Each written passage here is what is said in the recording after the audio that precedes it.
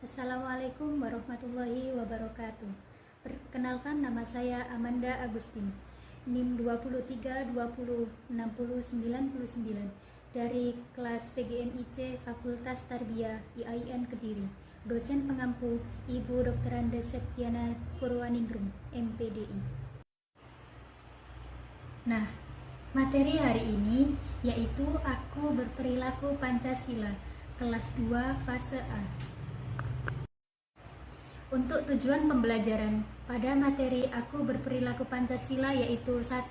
Peserta didik dapat mengetahui bunyi Pancasila.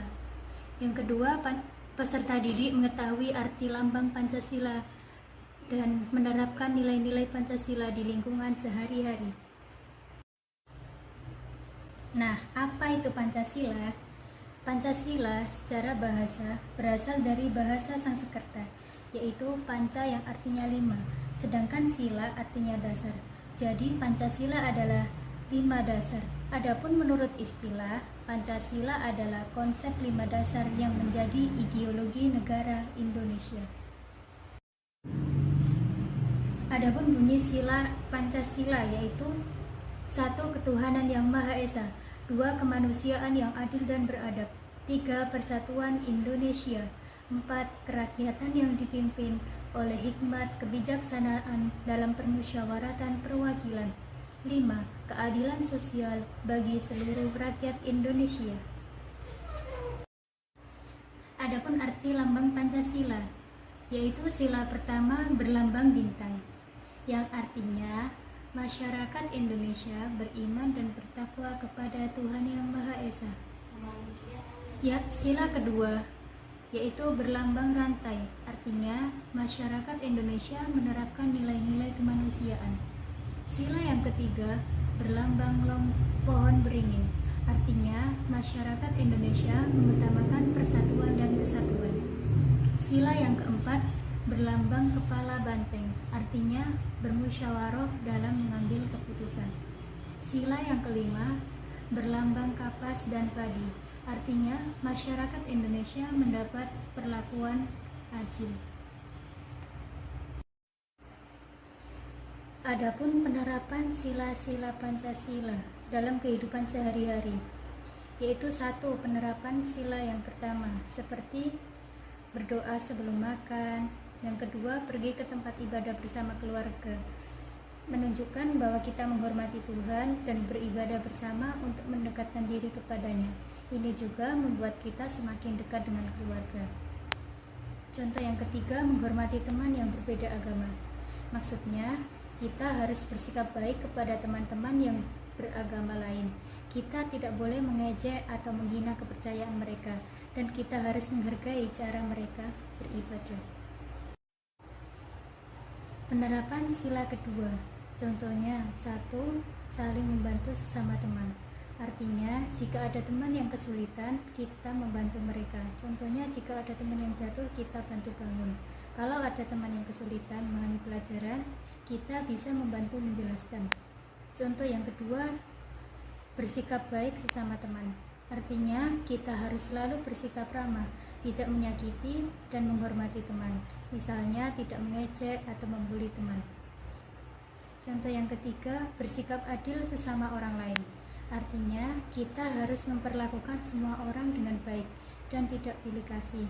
Contohnya, saat bermain, kita harus memberi giliran kepada semua teman tanpa memandang siapa mereka. Adapun penerapan sila yang ketiga, contohnya bergotong royong sesama orang lain. Artinya, kita semua harus bekerja sama dan saling membantu satu sama lain. Contoh yang kedua, kita harus saling menghormati dan menghargai perbedaan. Misalnya, walaupun teman-teman kita punya kebiasaan atau tradisi yang berbeda, kita tetap berteman dan tidak membeda-bedakan. Dengan begitu, kita bisa hidup rukun dan bersatu sebagai satu bangsa Indonesia.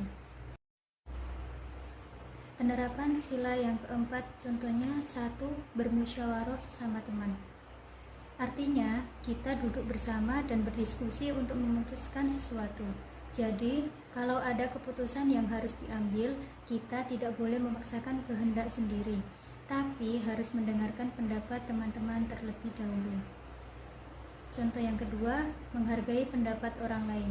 Ketika teman-teman membiarkan berpendapat, kita harus mendengarkan dengan baik dan tidak menertawakan atau meremehkan pendapat mereka. Semua pendapat penting dan kita harus menghargai pendapat teman meskipun berbeda dengan pendapat kita. Adapun penerapan sila kelima, yaitu contohnya 1. Berlaku adil kepada semua orang. Artinya kita harus bersikap baik dan tidak pilih kasih. Semua orang harus diperlakukan dengan sama, baik itu teman, saudara, ataupun orang lain. Contoh yang kedua, tidak membedakan suku, agama, atau status sosial. Kita tidak boleh memperlakukan orang berbeda hanya karena mereka berbeda suku, agama, atau apakah mereka kaya atau miskin. Semua orang itu sama. Contoh yang ketiga, membantu menciptakan kesejahteraan sosial. Artinya kita harus berusaha membantu orang lain supaya hidup mereka lebih baik, seperti membantu teman yang kesusahan atau berbagi dengan yang membutuhkan.